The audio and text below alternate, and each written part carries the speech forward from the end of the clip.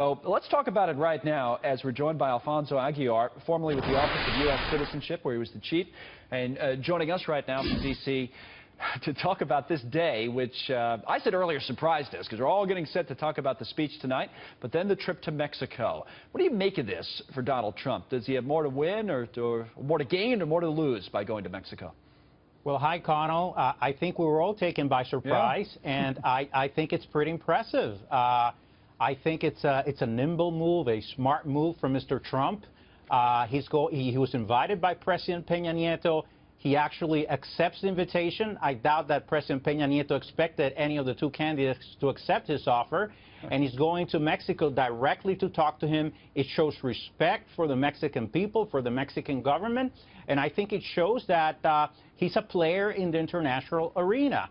So I think this bodes very well for Mr. Trump. Do you get a sense that he's going in there and will kind of change some of the rhetoric or soften it? That's become a popular word here the last week or so on immigration. Or is it going to be Donald Trump standing up for his beliefs and going right into the belly of the beast and saying, here is what I think, I want to build this wall, you're going to pay for it, that type of thing? What do you expect?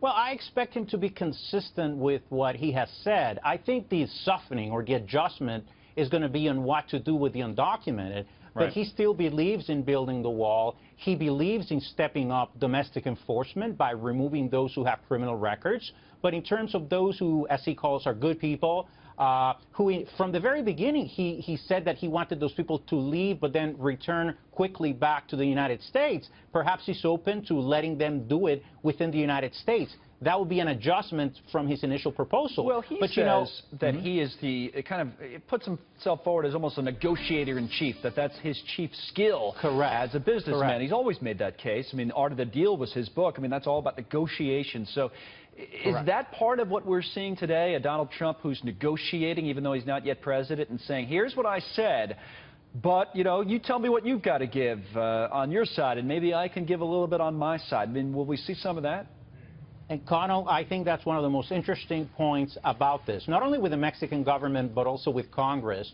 I think what Donald Trump is putting forward is actually a proposal that could, if he were to become president, that could help build consensus in the Congress, a very divided Congress. Whereas when Hillary Clinton says path to citizenship or nothing, Republicans are going to say nothing. So ironically, perhaps Trump is better positioned to accomplish immigration reform. Isn't that an irony? Interesting. Alfonso, good to see you. Thank you very much for coming on.